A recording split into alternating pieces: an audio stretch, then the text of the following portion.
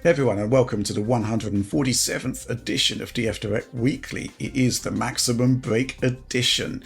Lots of news to get through this week, including the arrival of a genuine gaming phenomenon. And joining me to discuss it, first of all, John Linneman. Rich, yes, I've played it, and we're going to talk about it. Yeah. Among other things. Through gritted teeth? Who knows? We'll see. Yeah. And, of course, Alex Battaglia. Yeah, not a lot of news coming. I didn't play so much Palworld, to say the least, as John did, but we got stuff to talk about still. Yeah, first of all, many thanks for slightly adjusting your camera, so now your shelves are almost square, they're almost level. Yeah, I mean, that's all an illusion, though, as I've described in the past. Okay, well, let's get to it. So, yeah, this kind of came out of nowhere at the end of last week. Palworld has arrived. And it's not really a Digital Foundry game. We have got a video coming on it, probably out now, actually, based on the Xbox versions of the game. We're going to be talking primarily about PC here because, well, at the beginning of the week, John put out a 55-minute video exclusively for supporters of the DF Supporter Program. And having watched it, it's probably best that that is the case. Yeah. I'm going to go to you first about this, John, because, well, you know, for those, including myself, who haven't played it, what is this thing? Why should I be interested? And why has it sold upwards of 6 million copies? I mean, you, Rich, specifically, I think there is zero reason for you to be interested. You will not like this game. But okay. As for everybody else, well, having played a bunch myself, I think it's pretty obvious why it's appealing, and I can see its success, and it's pretty savvy on the part of the developers, I'd say, because they've basically combined a lot of things that people love, including one that has arguably been struggling. So obviously there's the Pokemon side of things, which is the cute little creatures. Those games, I don't play Pokemon games. I have never played through one ever, but they're very popular to some degree, because in recent years they've been having a lot of issues, technical issues, design issues. There's been some good stuff from what I understand, but it kind of feels like the series is struggling a little bit right now. And so people are kind of not happy with those types of games at the moment necessarily. So by offering, there have been other games like this though, like Cassette Beasts, for which I understand is really good. But this is characters that look very much like the Pokemons, only they're called pals, but they're pretty much the same thing, let's be honest. So that's automatically gets people interested. Secondly, this is another one of those early access survival games, and I've made it pretty clear that I don't like survival games at all, but I respect that people love them, and I can understand completely why people love them, because it's almost like, I think back to like when I was a kid, you'd like build like a fort, like we built like a tree fort, and we're collecting stuff and building stuff and physically made this place. And I did that with friends up in a tree, and it was fun. And I feel like, especially with friends online, it kind of recreates that experience of just exploring these worlds. And it's a big, colorful world with a nice, like it's got a decent aesthetic to it and a nice view distance that kind of gives you the sense of scale. That's cool. And just that idea of exploring this place with your friends, capturing monsters, and sort of making your fort is cool. And the way they sort of improve it here is like, as you capture the quote unquote Pokemon, the pals, you can put them to work in your slave camp and they can build your fort for you, which admittedly, so I didn't, in my hour video, I hadn't figured that out yet. So the hour video was literally just the first time I ever played the game. And I thought it would be funny to capture myself playing it, because famously I don't like these games. So I was like, well, this will be a good time. And it was. You don't seem to like the pals either, because you kept punching them for some reason and throwing them off mountains. That was when I discovered the good stuff in this game for myself. Aside from that was everything's got physics, and it's just real silly because the pals themselves aesthetically don't gel with the world at all. So it just looks completely out of place, which is funny, actually, especially once you get guns and stuff in here. It's like I think that's the shocking thing that gets people excited is they see, wait, it's like Pokemon with guns and it looks like it's just madness, right? So you combine all that.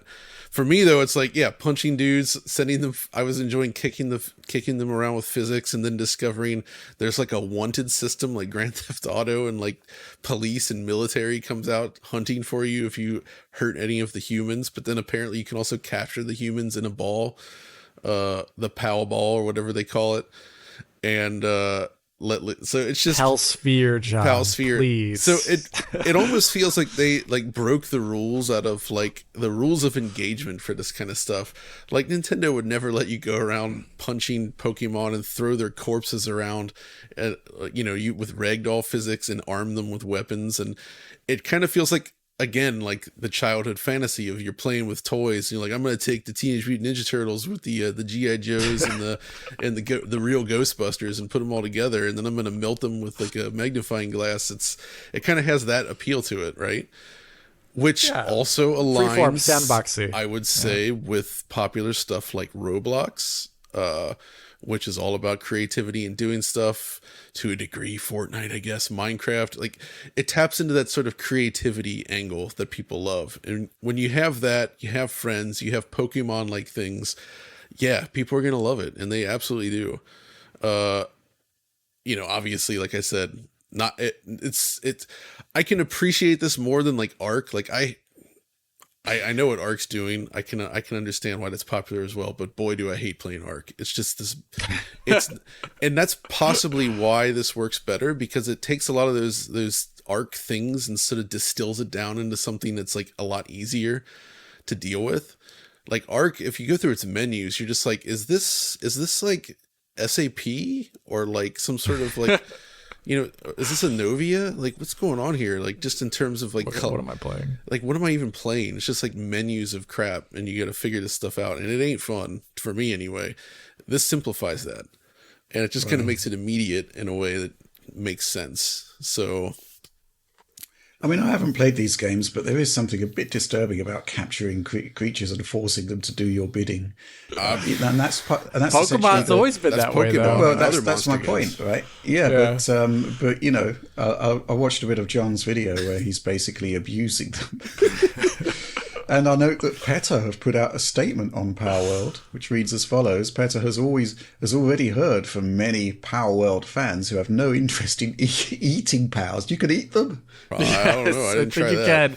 Probably. And they want a vegan guide created for the game. It's veganary after all. Oh my God, are you kidding? And gamers want to help animals by eating vegan in their game worlds and outside. And this article from Game Rant, I just did a Google, it popped up. It's worth noting that the statement from PETA seems concerned only with eating PALs, even though there are a few other potentially distasteful activities available to do in Palworld. In addition to the aforementioned slaughter of PALs, captured animals are put to work in what essentially amount to unpaid labour camps. Absolutely. With their only recompense being a fluffy bed and some grub. Furthermore, even human NPCs can be captured in Palworld in the same manner as animals. It is a slave trade game, basically. That's what it's all about. So, well, 6 million plus copies sold. It shows. It reminded me of like Mother Base in Metal Gear Solid 5, with you can like Fulton extract people to work at your base. Yeah, that was always slightly dodgy, wasn't it? Yeah, that came earlier, but yeah, it was also in MGS5, and that stuff is weird. But being able to create slaves out of the PALs really is the secret to making the game more fun, because like when I first had to bust out another effing crafting table and start banging on rocks, I was like, no, I don't want to do this anymore. I hate crafting tables. Like, go away. But eventually you can actually kind of overcome some of those annoying things, and yeah, you still got to craft to a degree, but it does automate some things and make it more palatable, I guess. Palatable. Ooh. Right. I mean, isn't the real reason this is successful is down to the fact that you can't buy Pokemon on anything other than a Nintendo machine? I mean, I would say that's not That's a tricky one because, yes, obviously the Pokemon-like creatures are a big draw, and obviously there's hunger for that on other machines, but this game is not Pokemon at all. It really is not. I mean, literally the only similarity is the way the creatures look and the act of capturing them, but Pokemon is a more traditional Japanese-style role-playing game, like a turn-based role-playing game. And this is Ark Survival Evolved with Pokemon. 100% is what this is. Just sort of distilled and simplified in a way. So, and the GTA Riot Police. Yeah. Yes. And so that stuff, that's weird. And of course, this is an Unreal Engine game, Unreal Engine 5 even, but it is not using any of those features like we've kind of commonly see. And it's probably for the better because it doesn't exactly run that well. And they have yeah, I mean, I've watched Tom's console video. For the way it looks, the performance is incredible. Yeah, I mean, he was very kind to it. I would consider that an affront to the console hardware from a technological perspective. Dude, that Xbox One version, like, holy moly, that's what you would have expected. The Xbox One version looks like what I would label a bad Switch port. So I can't even imagine what this would be like on Switch. Are we talking like 240p at like 15 FPS? You know, that's that. Well, who knows? I would expect if they ported this to Switch, it would actually look and run worse than that original Arc port. Like, I think it would. I think it's that bad. It's severely bad. It probably should not have been released on Xbox One, given that. But hey, I guess people will play it there anyway. And even then, even if you're playing on the Series X, like, it just doesn't run well at all. Like, and I guess they technically have the excuse of it being early access, and I say excuse only because their prior game is like 4 years old and it's never come out of early access, so you can kind of use early access as a shield from criticism. But this is just brand new, so I'll give them that for now. But it's currently very unoptimized, and it doesn't feel very coherent either visually. Like, some okay stuff, but I mean, I don't want to criticize them for using like asset store assets because it's what it's for, right? But it does feel kind of cobbled together in a way that doesn't work for me. Yeah, so I much, mean, you know? Here's the thing, right, John? I mean, if you're basically buying assets from the store, I mean, again, I'm referring to Tom's console video here. Yeah. I'm sure it's better on PC, but well, the assets don't actually seem to materialize in game. You've got these like super low res quality textures.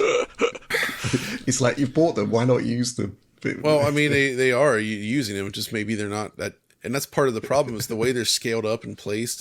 There's like a mismatch between quality all over the place where like some types of things look good, other parts do not look good, and they're all kind of jammed together. And there's a lot of issues with like collision detection and such, like where you're climbing on stuff and you can see like the collision mesh doesn't like align at all with what the world geometry is. So you're just like climbing on air. And the whole thing just feels really unpolished. But again, small team, early access, you know, like nobody should expect like AAA polish here. But so that's weird. I can't speak to how they made it anymore. Everybody's trying to figure that out still. But I will say that it is kind of cool that a small studio can kind of come out of nowhere and play with the big boys like this. And I respect that. Oh, that's and cool as heck. I feel I'm happy for those guys in that regard, right? Like, this was clearly not one of those designed by committee kind of things. Like, these guys wanted to make this thing, and they did, and it turned out to be successful. And it is kind of the pipe dream thing. I think any indie would love to have this kind of success. It's very, very, very, very rare, but when it does happen, it's like, you know, winning the lottery. Yeah. So good for them. I was curious what you think. So obviously, part of the controversy about this, even though it's being celebrated widely, is also the fact that it is using designs that evoke extremely what we've seen in Pokemon for the last 20 plus years.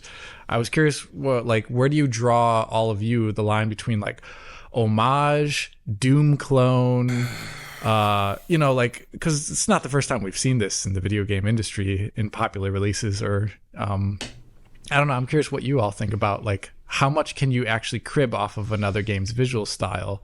Yeah. Mm-hmm. Well, that's interesting because we got a supporter question here from 1040 STF. Well, it's actually got two. The first one was Palworld. That's it. That's the question. But the actual question is, there's a whole debate on social medias and in the news about since a few days about the thin line between a game copying other ones and a game getting inspired by other ones. On what side do you think Palworld sits? Well, it sounds to me, John, like it's like just a grab bag of ideas from other games, which happens to include 111 beasts that have certain similarities to Pokemon. Yeah, and this is the thing, right? I mean, obviously, I've seen a lot of discourse online and a lot of comparisons and mesh head-to-heads and whatnot, which do look pretty sort of damning. But on the other side, this is the sort of thing where to make any kind of definitive statement, you actually should have the first-hand knowledge of it. Correct. And, it's difficult to actually, call it a rip-off right now unless you're sort of, from our perspective, personally qualified to actually make that distinction. 100%. Yeah. So, yeah, exactly. I'm with you. I'm not willing to make a call on this anymore. Like, there was points in this discussion where like, oh, this evidence seems to be convincing, but then you'd see something else that suggests otherwise. So after this week, I've decided, you know what, I'm going to hold off on any additional like thoughts in terms of the origins of it, how it was made, because frankly, I just don't know. We don't know enough yet. And I don't know if we'll ever know. And it's tough to say. So that's not really our battle, I suppose. I hope that they didn't actually rip anything off. I can't say one way or the other, but there's no doubt that there's a pretty striking similarity to many of the designs. I mean, the best evidence I saw was like there was stuff where they pulled out the bone structure, and the way the bone structure lines up with the different creatures it's definitely eyebrow raising. You're like, and it's pretty clear that whoever made these creatures was a very big fan of Pokemon. I don't find that so bad on a little level because, so for example, like I know when first person shooters are being made, some people literally import Quake models and Quake like movement code to get like a good feeling at first for like enemy size and placement on around levels. Like one of your favorite games from last year, John, Bomb Rush Cyberpunk. Bomb Rush. It's extremely Jet Set Radio. Yeah, to the point where like it looks like a sequel to the game. It does. It looks like a sequel to the game, which was the entire purpose, of course. Yes. Which is so there's the phrase like love letter, and that, exactly. I thought about that with that game too. And like it's so wishy-washy. And for me, if it was another big company, like if Epic made a game that was Pokemon, I would be like, this is pretty distasteful. But since they're such a small little kind of no-name 26-person studio, like I don't know, I don't feel so bad about the designs being, as I said earlier, cribbed. I think there's two sides to that coin. There's the personal opinion on what you personally find okay, and then there's the legal matter. And none of us can really speak to the legal side of things and whether any of this is actually an issue. We can just share our opinions on what bothers us personally, which is going to vary from person to person. And I don't want artists to be ripped off. I think that sucks, but it's really hard to determine. Just I struggle with drawing that line as well. So there are processes. I mean, we've got this story here from Video Games Chronicle saying the Pokemon Company is investigating, quote unquote, Palworld. This question from Daniel Schaefer: who wants to make a betting pool on how quickly Nintendo will take down Palworld? I've got $5 Pokemon on within the month. Again, this is all stuff that, there are processes and, that will happen and we'll see what the outcome is. Nexus mods are kind of like on red alert for Pokemon mods, which would just basically put Pokemon in the game. Which already happened. And let's not go down there. I've got this question here from some guy person. I mean, let's just, remind people here that, basically the beginning of the week, John, you sat down, played the game for 55 minutes, did a running commentary of what happened, and then you put it online for supporters. And this question from some guy person regarding John versus Power video, I have to ask a question. Does John normally just punch all the friendly NPCs just to see what happens? Is it in John's nature to ignore what the big box of text in the HUD tells him to do? Yes. Or is all this connected to John not liking games in this genre. Is John the Darth Vader to Rich's Palpatine? Actually, yeah, it's the last point. No, actually, the thing is it would say things in the menu box, and it's just like it doesn't exactly say like, oh yeah, go to. This is the key you press when you're playing a PC game like this, and it's just like go to this thing. I don't know. So it's, but yeah, I was not admittedly just having a laugh trying to poke. I did enjoy. There was a point another supporter made on your video about how you criticized the texture quality and you'd left the textures on like media. No, it was on high. It was on high. That was the high preset. It was the ultra preset, is what it was, right. And I guess it just put the textures at high. I need to see if it for some reason, but I need to see if it actually goes above high. Okay, I'm not sure, but I actually didn't even note. Like I was just. Because it was the first contest. Well, this is the thing, right? I mean, this is the difference between doing like just a video where you just sit about playing a game for 55 minutes versus a piece of DF content Correct. that requires a certain degree of due There's diligence. a difference. That is why it is just a Patreon video, because it was literally just first impressions, first time ever playing the game. And that, yeah, I actually had so much fun doing it though, that I feel like I'm going to do this more often, just to like play random stuff like this, just record my stream of consciousness thoughts as it goes, because it's pretty funny, and it also lets you kind of just like unleash a little bit and have fun. You know, don't have to worry about censoring any curse words or anything. Just get in there and have a good old time rolling the Pokemon down the stairs, seeing how far they go. You also don't need to worry about people on Twitter getting outraged. Oh my God. Yeah, exactly. That's also good. So this was a very refreshing video to make without any, didn't need to be cautious with anything, just have fun. And I did have some fun in the end. And it just with the whole ridiculousness. The only time I didn't like it was when the sun sets, and I really hate those mechanics and that's part of survival games with the staying warm and everything's super. Like, it just I find it stupid. But for me, not to knock the game itself, like that's part of. I know that's part of the entire genre. For me though, it's like I don't want to do that. That's just let me skip that. But yeah. But considering I don't like survival games, I had more fun with this than usual, I'll admit. Okay, so is it like two arcs duct taped together? Yeah, it's like two arcs duct taped together with a Pokemon stapled to the side, basically. Is how I feel it, you know. Okay. So it's I'm still not quite sure why it sold 6 million copies, but you know, fair enough. I mean, I love this kind of element of unpredictability in the games marketplace where something like this could happen and nobody really understands why. I mean, okay, this actually gets to the one negative side to this. When this type of success happens, and I hate when this happens, and I get why it happens, you start to see there's going to be people that are now like, oh, we need to pitch these projects, right? They're going to go back, spend 2 to 3 years working on this type of game, and it's going to come out, and most of them are going to fail, and they're not going to be good, and they're going to just miss what made this popular. I mean, survival games, nothing new, but I feel like there's got to be some people that are looking at this and saying, how can we leverage that in our game? And I think that's a bad idea. That just doesn't usually work.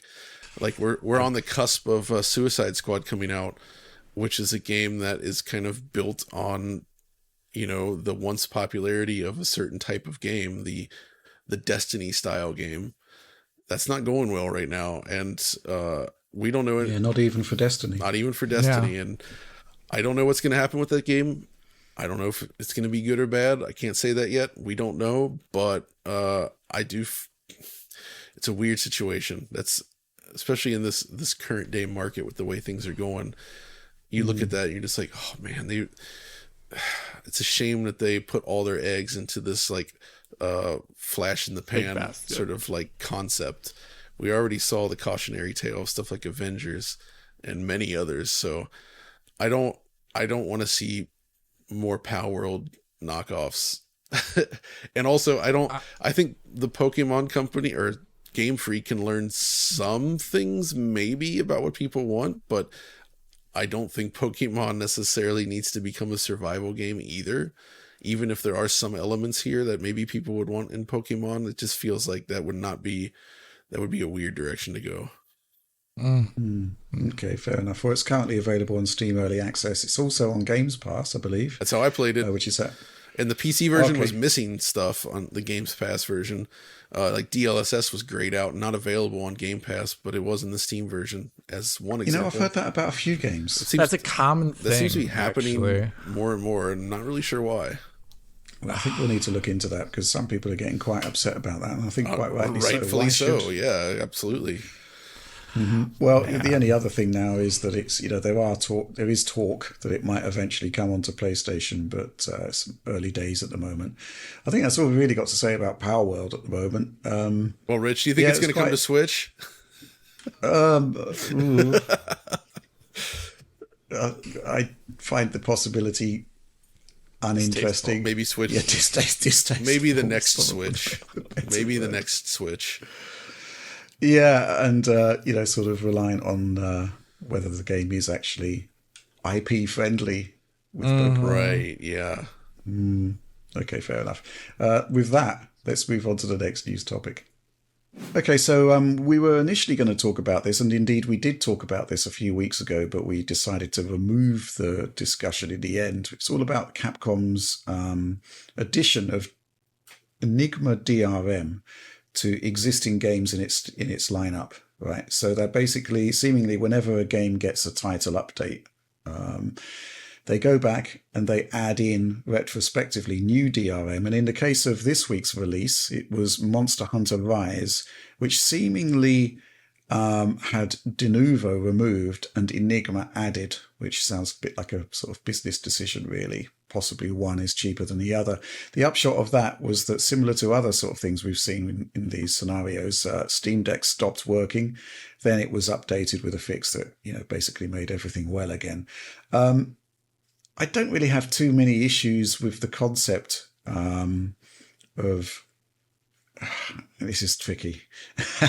Actually, I do have issues because the concept of like this really old game, I guess Monster Hunter Rise isn't really that old, but certainly there are other titles in the lineup where this has happened. The one that kicked it off was Resident Evil Revelations, I believe. Yeah. Where basically a game that has, it's crested. It's now just a sort of library title. It's not going to be making huge amounts of money anymore. The concept that the publisher is going back and retroactively adding DRM just sort of seems at odds with what should really happen, ideally. I mean, obviously, these guys have got entirely the right to protect their intellectual property. But it isn't sort of sitting well with these older library titles where we kind of need DRM removed, if anything. This is a tricky one, Alex. So where do you sit on this? I've got two perspectives. One is that, like you, I don't feel like there's any real need to do this. And this is just kind of like, even if it doesn't have any large scale effect on the users, like...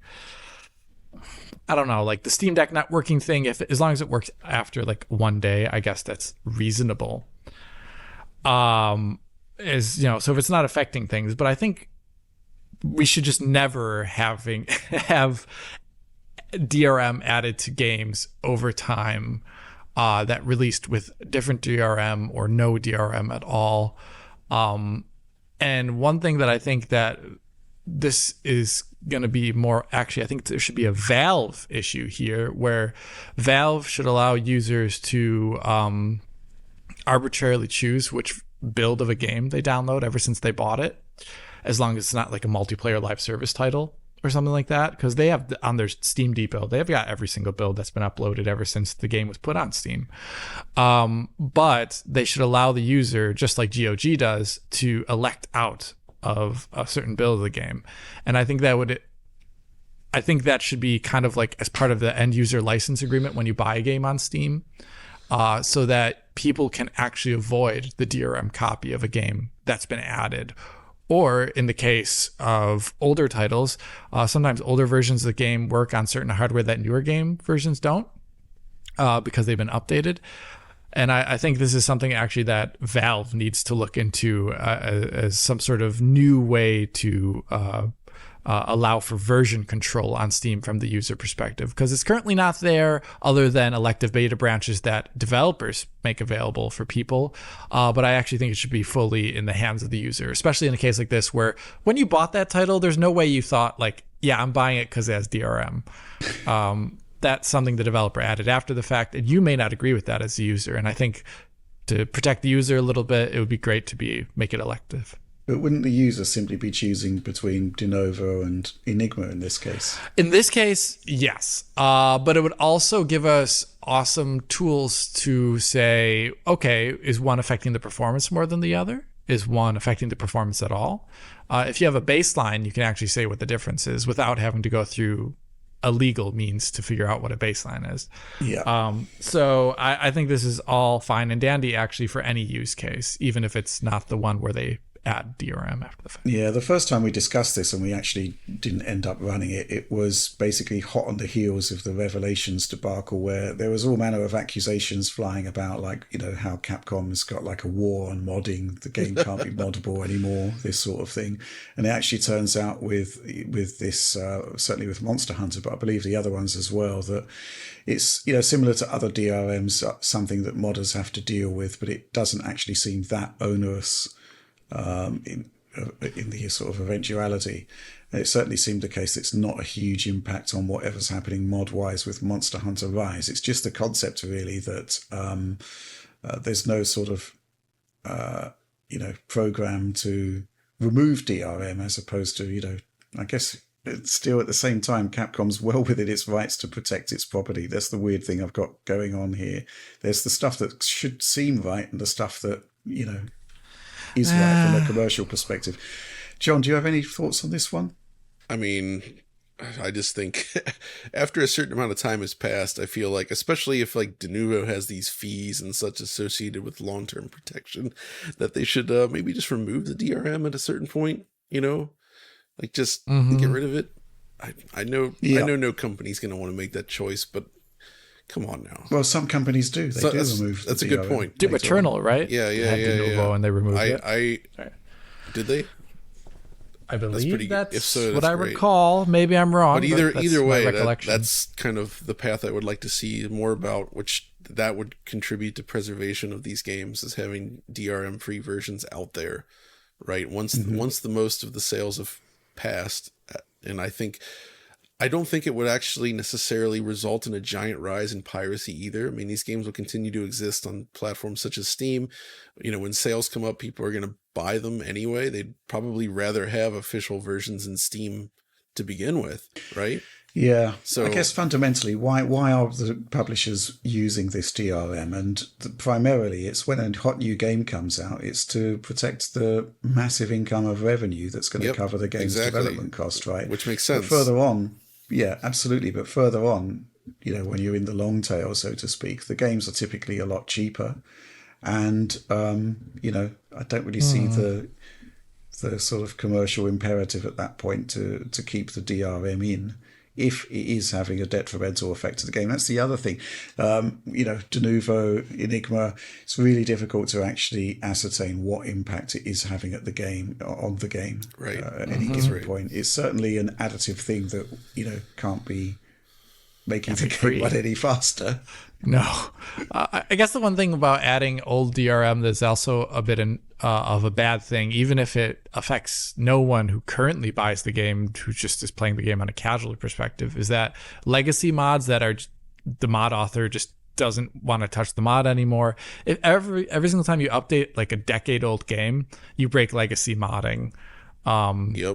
To a certain degree. And if it's just arbitrarily updated to add in DRM on top of that, you're breaking legacy mods that will maybe never be touched again by the mod authors. So they'll never be accessible again, because the only way to access the game is via Steam, for example, or some downloadable service where you don't actually have the old version available anymore, unless it's probably been pirated or copied at some point. So I would just like, there's just don't out of the blue update old games with DRM is all I want to say. Yep. I think this might add complications for stuff like Steam Deck in the future, where, you know, the DRM could be causing issues with a future device that just hasn't been created yet. Right. Yep. Star Force, John, right? Oh God, yeah, freaking Star Force. Like, I think it may have been cracked at some point, but for like a decade, there was a specific version of Trackmania that I owned, Trackmania Sunrise, which I liked that specific version of Trackmania, but the Star Force included in that only worked on Windows XP, and it was a nasty piece of DRM. Like, Star Force was the worst, and that version, at least up until maybe recently, I can't remember, it was never cracked, which meant you just could not play the game on a modern PC at all, which I found unacceptable, because I actually, that was I own a lot of physical PC games still, a lot of classic ones, and that was like the only one in my entire collection that just was not playable despite having the disc. It was not possible to play that game, and that sucks. So that kind of stuff, it's no good. That DRM stuff, man. I'm not a fan. Fair enough. I don't think there's too much more we can add to this, but it is what it is, right? It's a bit unfortunate, but there we go. Okay, let's move on to the next news topic. Okay, so we actually got a preview of this way back in August at Gamescom. AMD has now finally made official its first driver that supports AMD Fluid Motion frames, which is essentially, at the top level, a frame generation technology that should work with practically any DX11, DX12 game. We haven't really paid too much attention to it through its preview period, but it is now official. And Alex, you have taken a look at it. Thoughts? I would say the first impression is, I was a little confused at first because I actually wanted to try it out in a title that it wasn't going to easily support, unfortunately. And it took a little bit of learning to figure out like where I can apply it. And I think that's reasonable though, because it is essentially a driver hack to get a form of frame generation in a game. And not every driver hack works for every game out there, every use case. That's why they're cool. Drivers, this is part of the PC mentality. It's totally fine.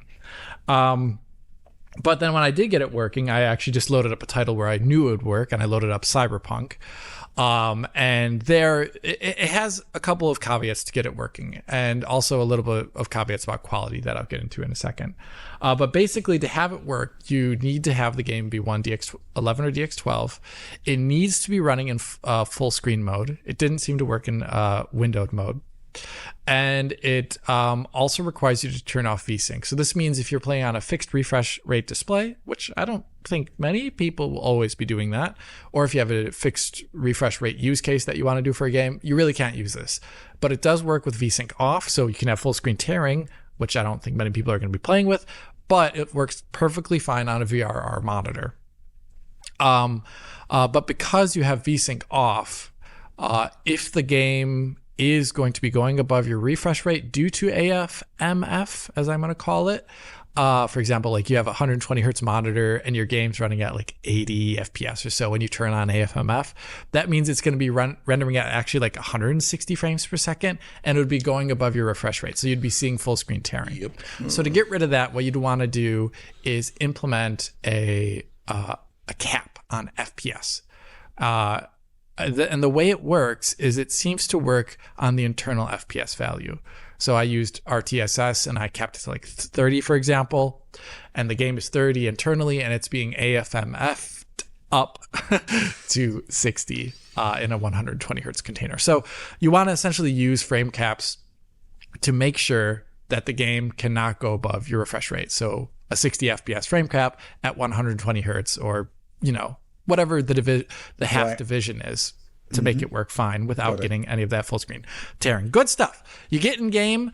It looks pretty good, I think, actually, in the initial impression. It's kind of like what we kind of felt at Gamescom, I would say, too, where just, nothing too special. Like, you just move the mouse a little bit, you see it works.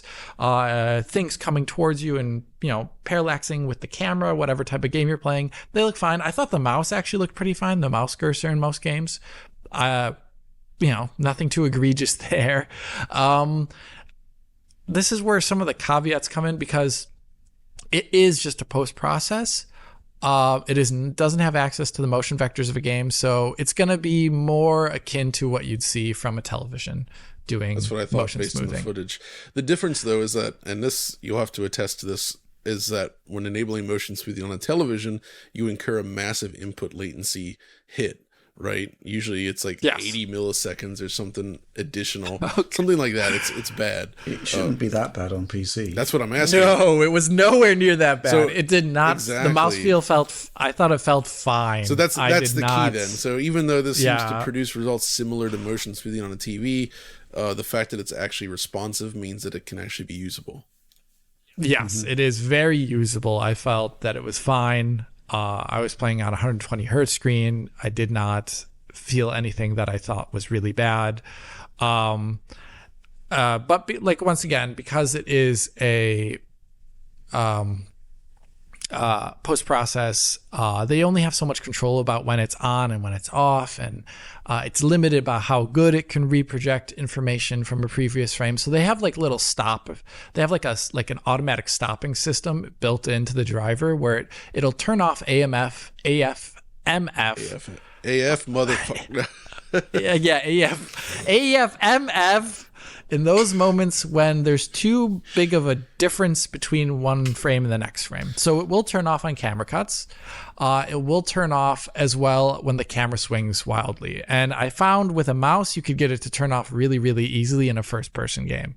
It turned off really, really easy. And I'm going to send footage to Oliver. When you move like in little tiny circles, it looks like a fluid experience. And here I was playing with like 7900 XTX with like path tracing on. So we know that it internally is not like 60 FPS. And then I started moving in larger circles and it was turning off and it looked like half the frame rate. It almost gave the visual appearance of a game being double buffered VSync.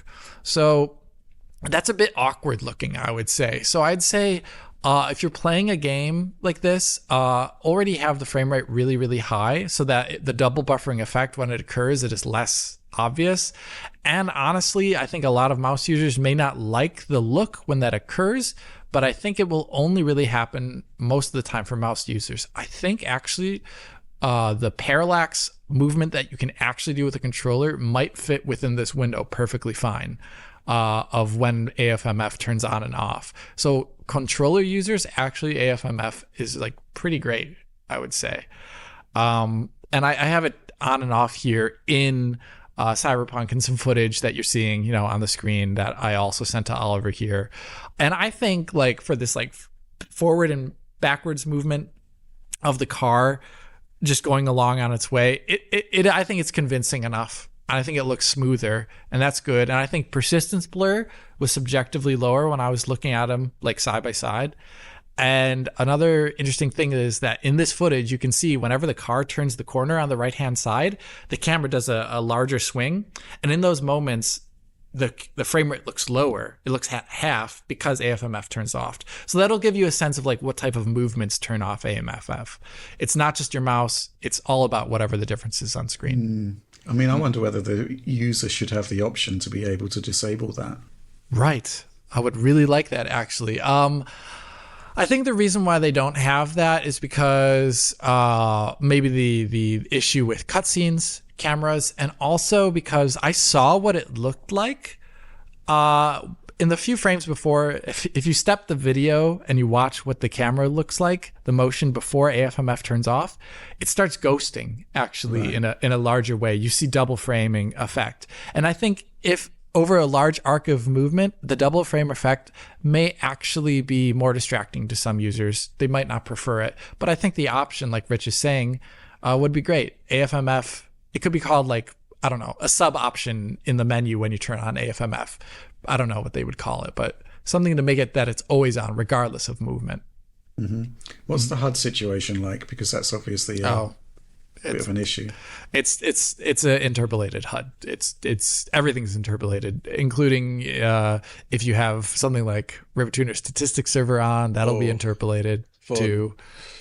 So I mean, but that's a static thing, so it's not too bad. It's not moving across the screen, but like you just got to be a little bit careful there. Okay, fair enough. I mean, it looks quite. I'm looking at your Cyberpunk footage here. This is a kind of like what I would suggest is almost a best case scenario for frame generation, in that most of the movement is like going forward into the scene. It's really the lateral left, right, harsh movements where it would most likely have issues. And there's only a few of those in the clip. But I think the biggest issue I had going back to Gamescom when we first saw the technology, they were using The Last of Us Part 1. The big issue we had at the time was the whole VSync off scenario where, if it goes out of your VRR window on your FreeSync or G-Sync display, you'll get full screen tearing. And that looks pretty fugly. But it sounds like you have a scenario that basically eliminates that. So it is tear-free effectively. Yeah, you can make it tear-free effectively within your range using the cap. But still, I would prefer, I don't know. They have anti-lag working with it right now. I don't know what's going to happen with Anti-Lag Plus, but I would love the reflex equivalent on the AMD side.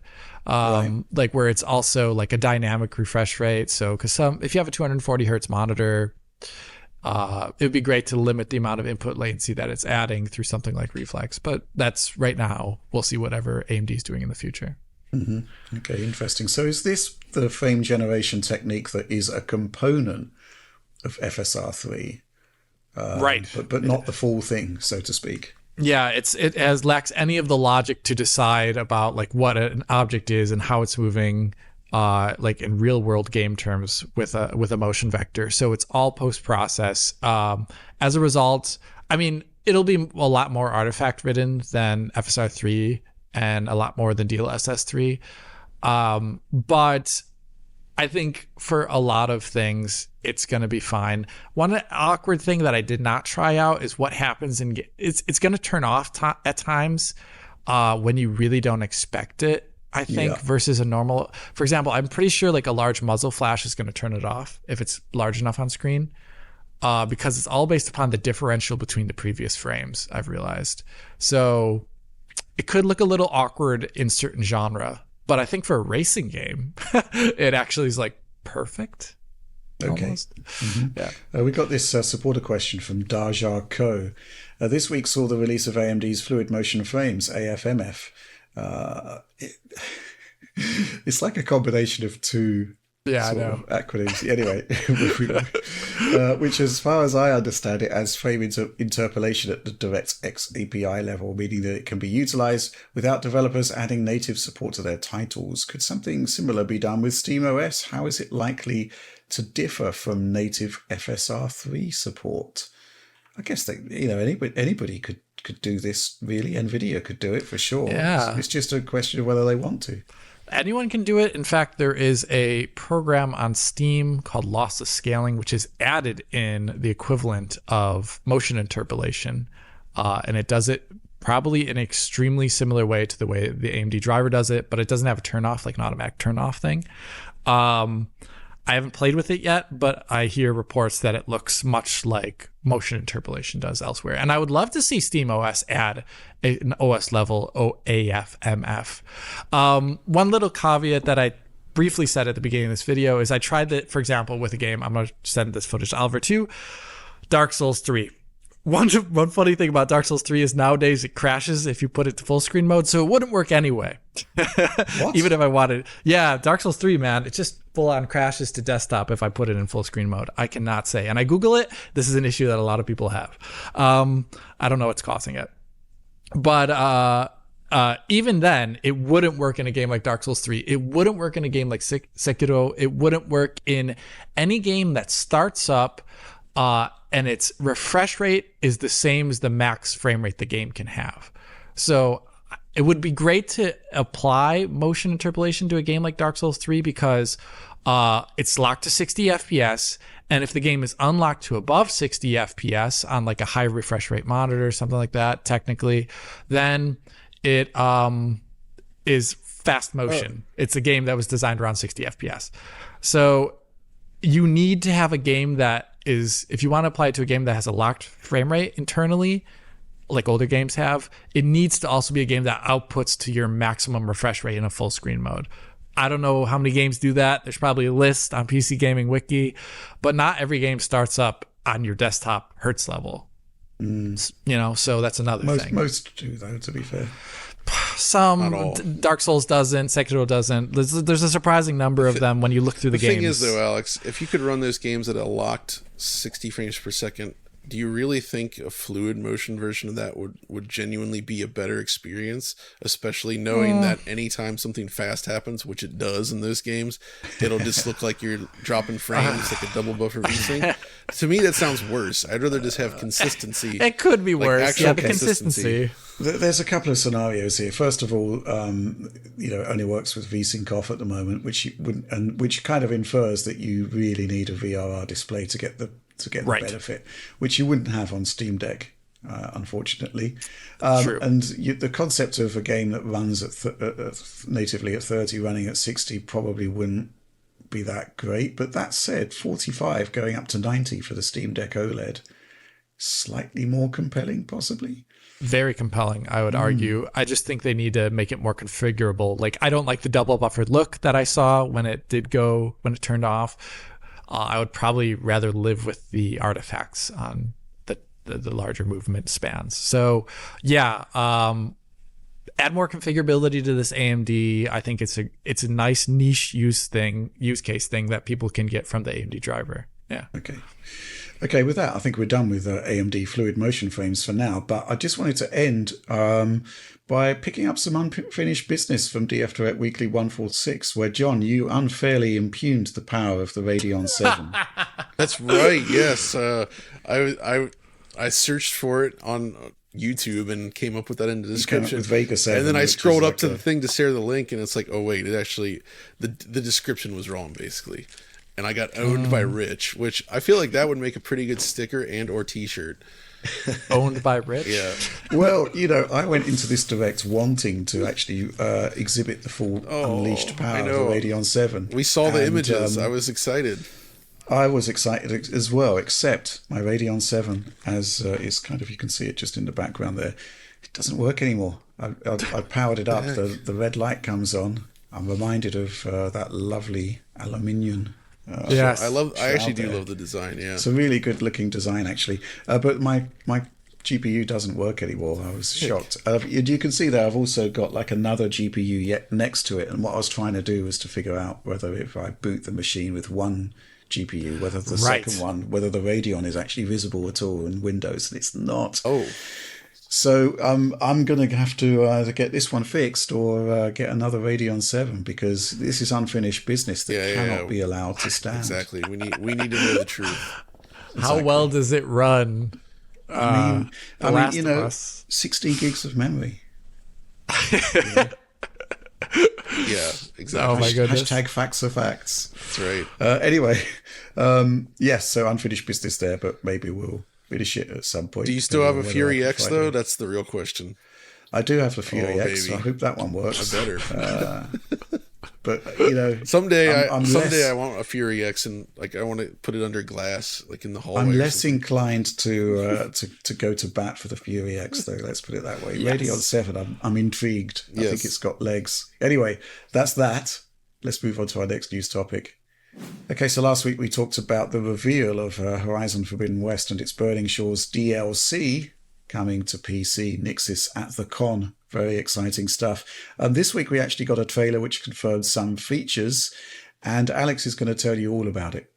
Yes. So, thank you, Rich, for the head up. We got DLSS, we've got DLAA, we've got XESS, and FSR2, I believe, is actually in the press release. They don't say if they have FSR3 frame gen. No. It was not explicit. I would hope it is, though, because Nixie's, they add almost any kind of PC exclusive tech to a game that they can when they've been doing these ports. So I hope it's in there.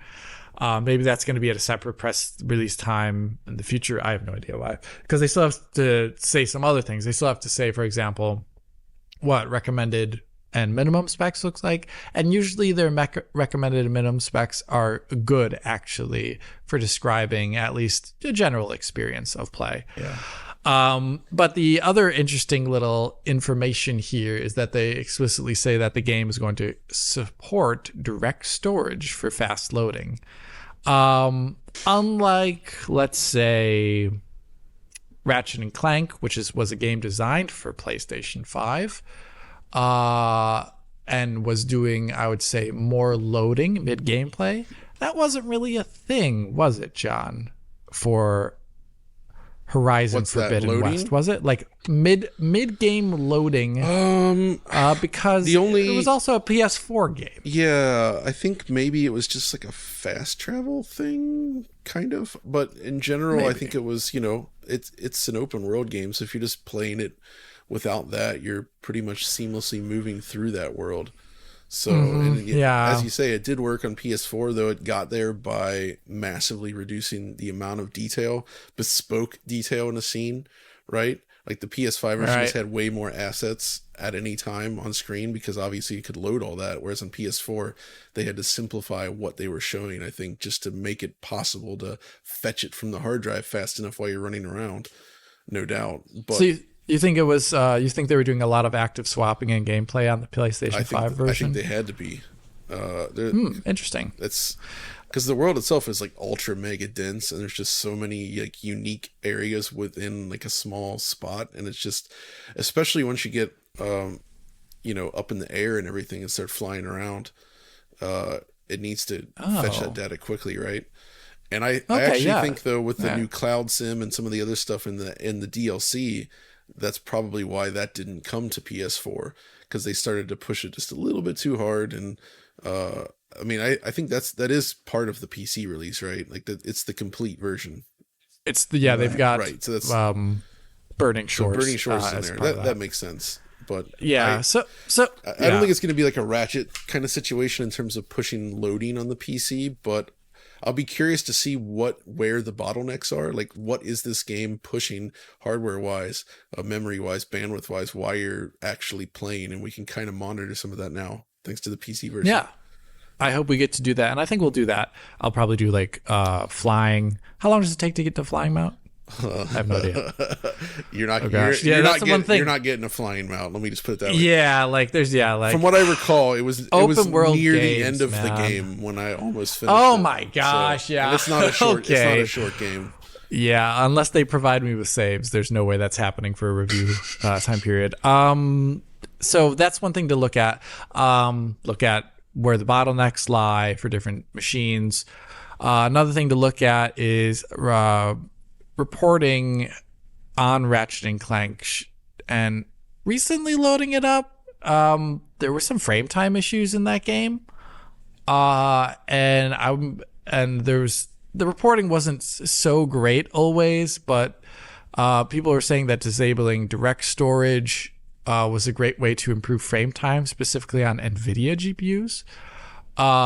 That's another thing I'm going to look at in this game, kind of myth bust a little bit about that, if it is using direct storage GPU decompression in a meaningful way during gameplay, because that was one thing. Like, we saw direct storage being implemented in Ratchet and Clank, but oddly enough, you could turn it off by deleting files, and the game didn't run really that much differently, and it loaded maybe even faster if you deleted things like a PSO file, which I did test. Phantasy Star Online file. Excellent. Phantasy Star Online file. So it's kind of interesting to talk about direct storage now, because it was unveiled right when the Xbox was unveiled, and then they, coming to PC later. But at the moment, we've seen so little of it, and what we've gotten is basically from almost one developer, as in the full implementation, and it didn't cause heads to spin, and it doesn't seem like it's some sort of like secret sauce at this point in time for anything. And I would love to hear what you all think about direct storage, because currently I'm still like in the phase. I'm like how like VRS is kind of like a not so interesting thing anymore, variable rate shading. How it's like, I'd rather have DLSS and have much better image quality. Yes. Okay. Well, it's all to prove, isn't it? I mean, here's the thing, right? I mean, doing these tests by removing the direct storage DLLs, which basically forced Ratchet to use a fallback. That was the theory, right? That was the testing methodology. And yet, for reviewers doing that, they're falling back to extremely high-end CPUs, which have likely got the CPU overhead to do the decompression, and So therefore, the burden is removed from the GPU, and yeah, probably you would get better frame times, right? That's the thing. The question is like, what happens on like a Steam Deck or ROG Ally or a mid-range PC, with a less like a 6-core, lower clocked CPU.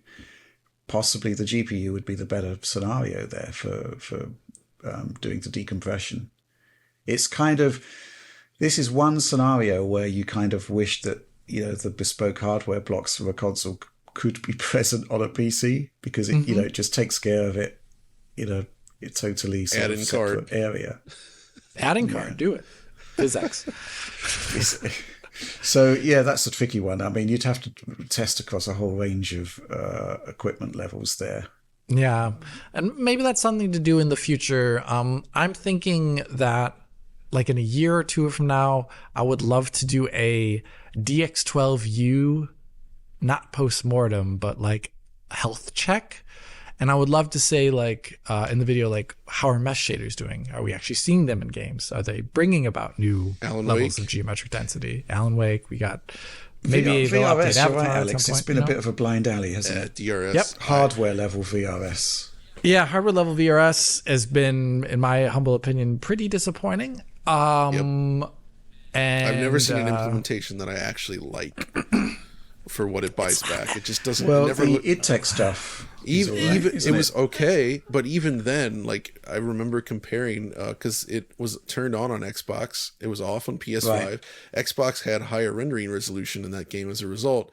But in reality, if you actually looked into any of the surfaces, the Xbox version was lacking detail. It almost looked like you were looking at a video clip at times, versus the other version.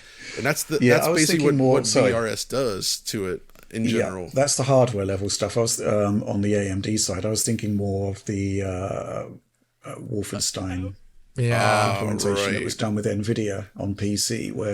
And to be fair, the VRS stuff that the Coalition did on Gears 5. Much better. I didn't go into detail on this in the video because and maybe it's because I couldn't see that big of a difference in performance, but Tekken 8 has VRS in the options menu, which is interesting.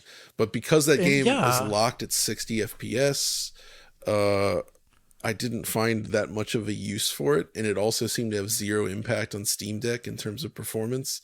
Right. So I had no personal reason to use it, but it's VRS is an interesting one where like in the few times where I've been able to toggle it on and off at a high resolution, the performance improvement has been so minuscule.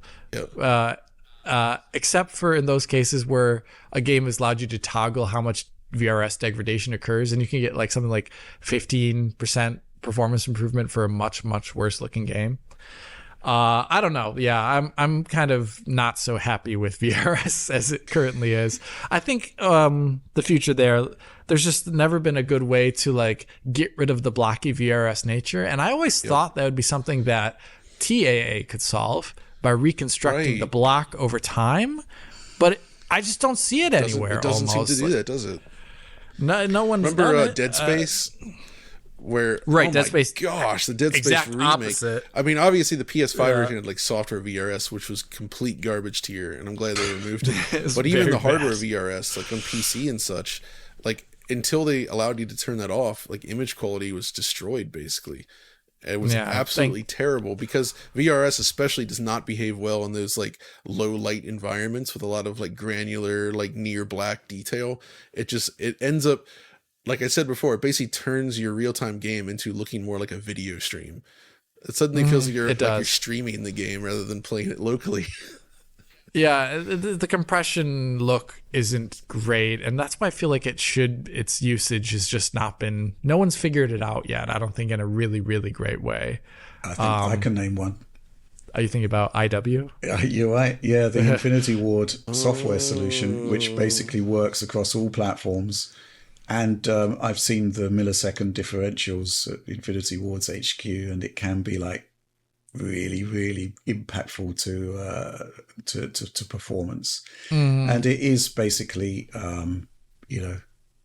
bespoke from the ground up, and it's really really impressive, I thought.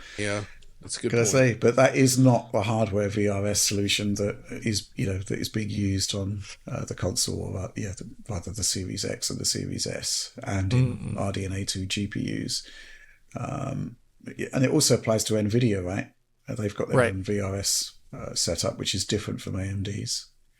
Yeah, it's a bit of a shame. We do have. I was asked recently that it's interesting that you say that Tekken has VRS because it was added to Unreal Engine 5. So I'm curious what version of Unreal Engine 5 they have. It must be one of the most recent ones, actually. Yeah, actually, that's a good point. Yeah. Because I think it was added in 5.2 or later. Interestingly, by the way, and I need to fiddle with this. I think it's somewhat broken, but in the demo, there's this like tool, like this Tekken tool you can use, right? And one of the features they add is you can turn on Lumen in the game. Oh, wow. But the game is not set up for it right now, right? So the examples I saw, you turn it on and like parts of the background just go completely black, and you can see some things that it's doing, but like clearly it's not built for that, so it doesn't work properly. But it did give me hope that modders could eventually get their hands on this and figure out how to inject proper Lumen. Well, Tekken is in our next news topic, so let's go to it. We should just move on at this point. Yeah. Okay.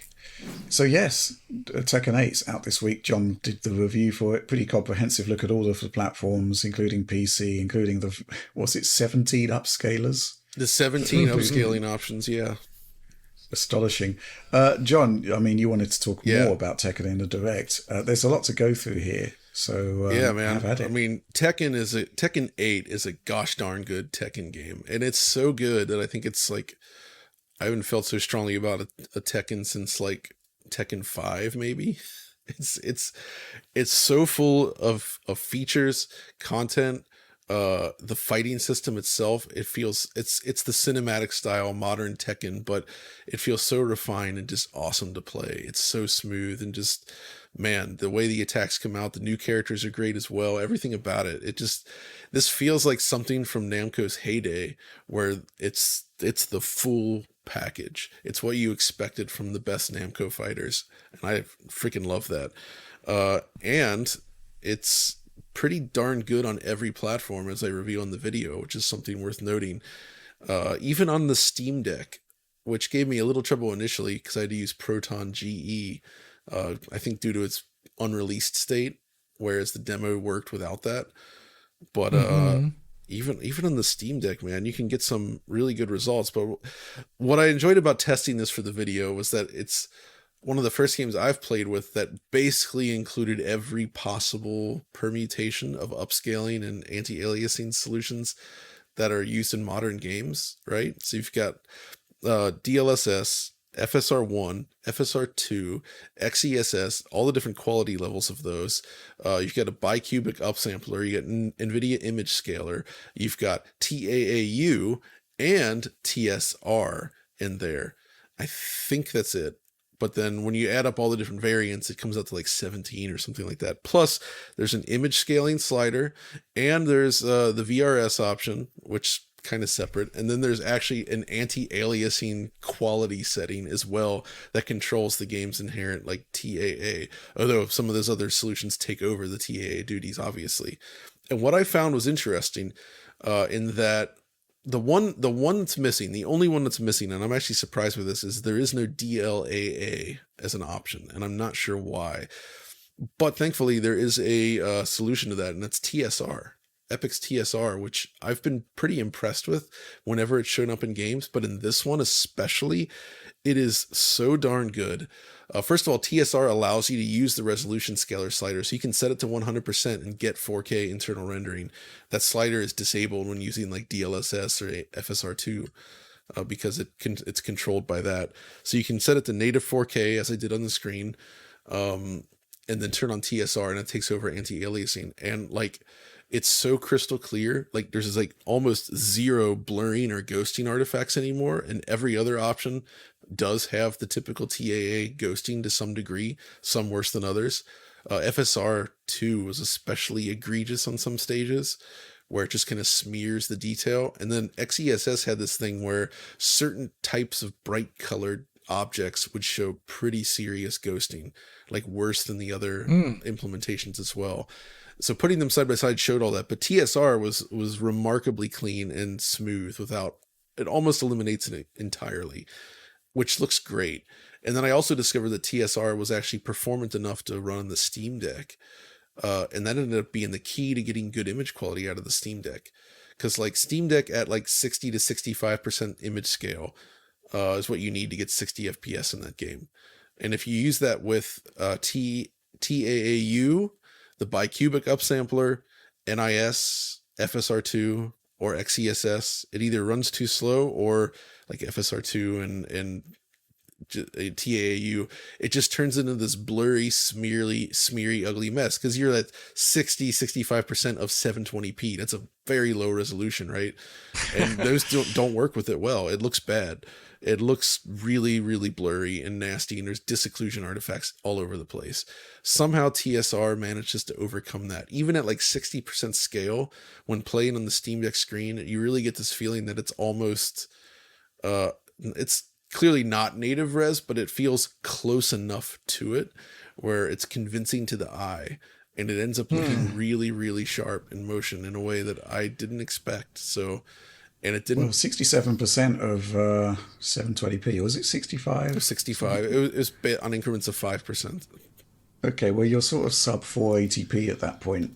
Yeah, absolutely. Which is quite interesting. Super low, and TSR handles it well, like shockingly so. It's quite an interesting use case for sort of reprojection quality analysis, because basically, surely the whole sort of side-on view with those characters is rife with disocclusion issues. See, and they're always in front of the fundamentally that was the biggest problem with, and this is why I said the console versions seem to use like FSR1 or maybe one of the other spatial that kind of makes scalers sense, I guess, combined with a TAA. And I think I figured out why, because their only other option, I think TSR could have been used on consoles. I actually wonder what the performance impact would be. But FSR2 is a bad fit, because with FSR2 I found it actually looks sharper when you're just standing there, but once you start moving, the moves come out so fast that you're constantly passing in front of scenery with just like a few frames, and that causes major disocclusion artifacts. So it basically looks like there's an aura around the character where the background is constantly getting distorted. Fizzling, right? It's like stuff, fizzling everywhere, and it's pretty bad. And so that is the problem with using most of those solutions. TA use the same on like the Steam Deck at that sub 480 resolution. It's just a mess of pixels. But the TSR option somehow manages to overcome that stuff even at low res. Alex, has there been an upgrade to TSR in any way with recent That's what I'm wondering. Unreal Engine? 5.3 did handle. They added, for example, like Alexa, stop. Alexa, get out of here, Alexa. Unreal Engine. Alexa gets confused when I call by your name. Oh, Alexa. Yeah, why not? There have been some upgrades for speed on PC and consoles, as well as some like disocclusion handling stuff. Okay. I'm pretty sure as of at least 5.3, and it may be going further in 5.4. So I'd actually like to know then what the current millisecond cost is for using TSR, because I feel like we've complained a lot about FSR2 in console games over the last year.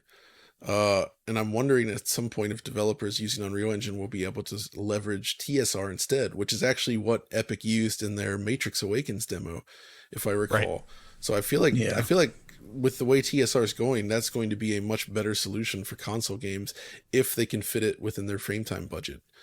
I think that might be the issue, because didn't you talk to the developers of Immortals of Avium Ascendant Studio about why they chose FSR2 over TSR? And that was the reason they said it was performance based, which maybe not the right choice. The thing is, though, it's like, as I saw with this game, if you do like FSR2 at 70% versus like TSR at 60% scale, the TSR still looks better despite an even lower pixel count. So I feel like it's worth dropping your resolution even a little bit lower if you can use TSR, provided. I guess the issue with FSR2 though is like the disocclusion handling is that almost no matter what it does, like if there's disocclusion at any res scale, it'll still do the fizzle and the fizzle behind the disocclusion too also has like like a blown out look to it. Yeah. Like it's not just like the internal, because like TAAU usually just has like the original. It's like a pixelated looking version. Pixel, yeah. Yeah, and it just doesn't look great. And I think it makes a lot of sense to me that it wouldn't work at all for Virtual Fighter. Tekken. Brain's gone. I would love to do Virtual Fighter. Yeah, just doesn't work there. That makes sense. Yeah, so that's where we're at with that. But also, this is Tekken launch day. Today I finally got to play online, which was not possible for me when I was testing it. They may have set up scheduled times, but I missed those windows. So it was fun to actually go online and see the little arcade that they built to run around. There's a lot of neat attention to detail in there. But I wanted to mention that though, because the arcade arena with all those people in there waiting to play Tekken and just exploring, the frame rate does dip on the consoles, I found. So it doesn't dip while fighting, and when you're running around that lobby, it sure does.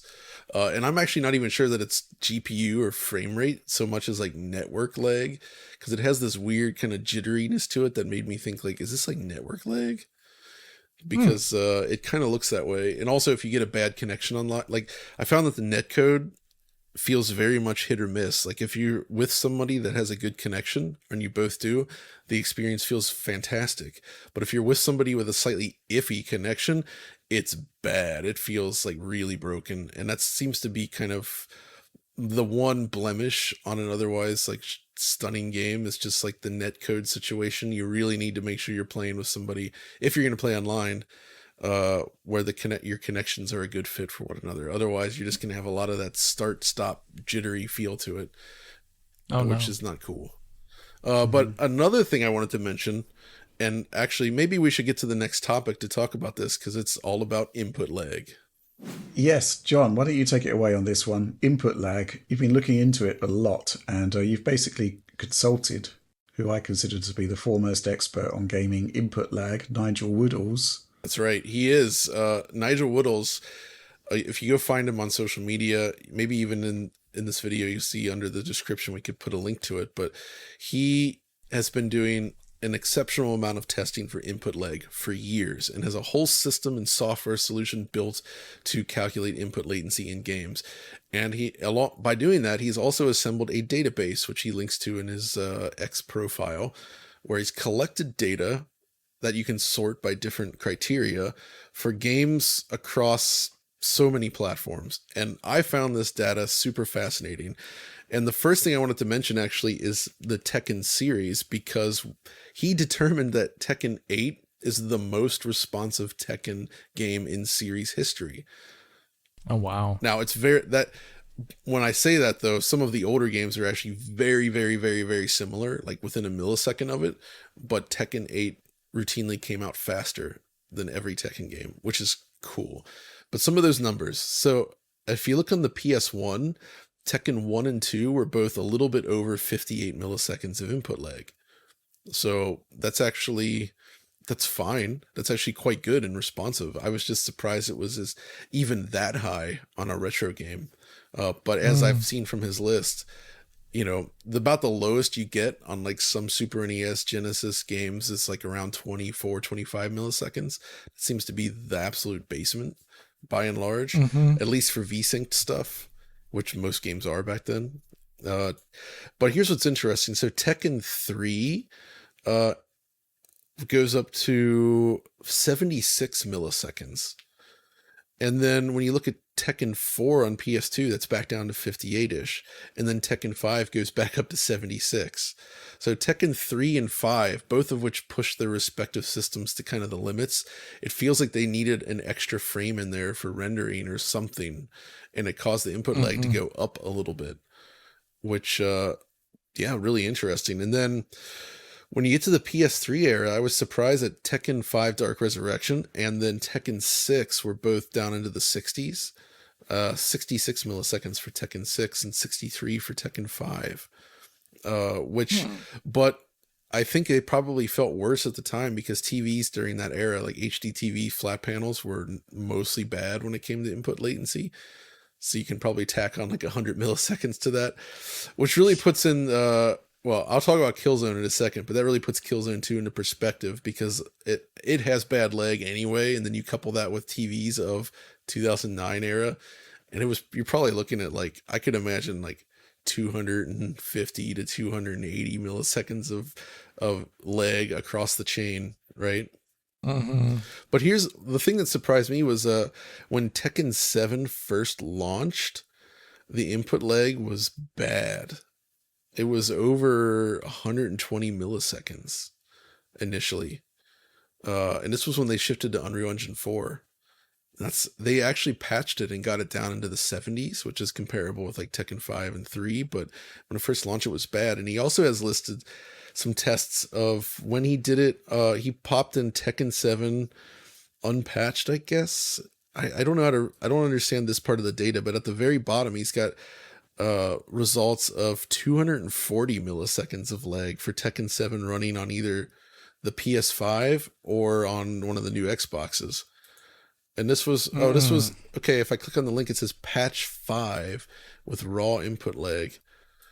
So it seems like in some situations, Tekken can be upwards of like 240 milliseconds for some reason, which is really weird.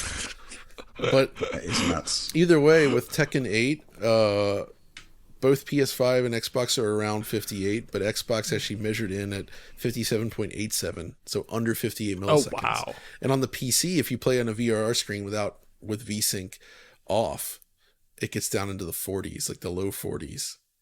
So that's like super. That does make super sense. Responsive at that point.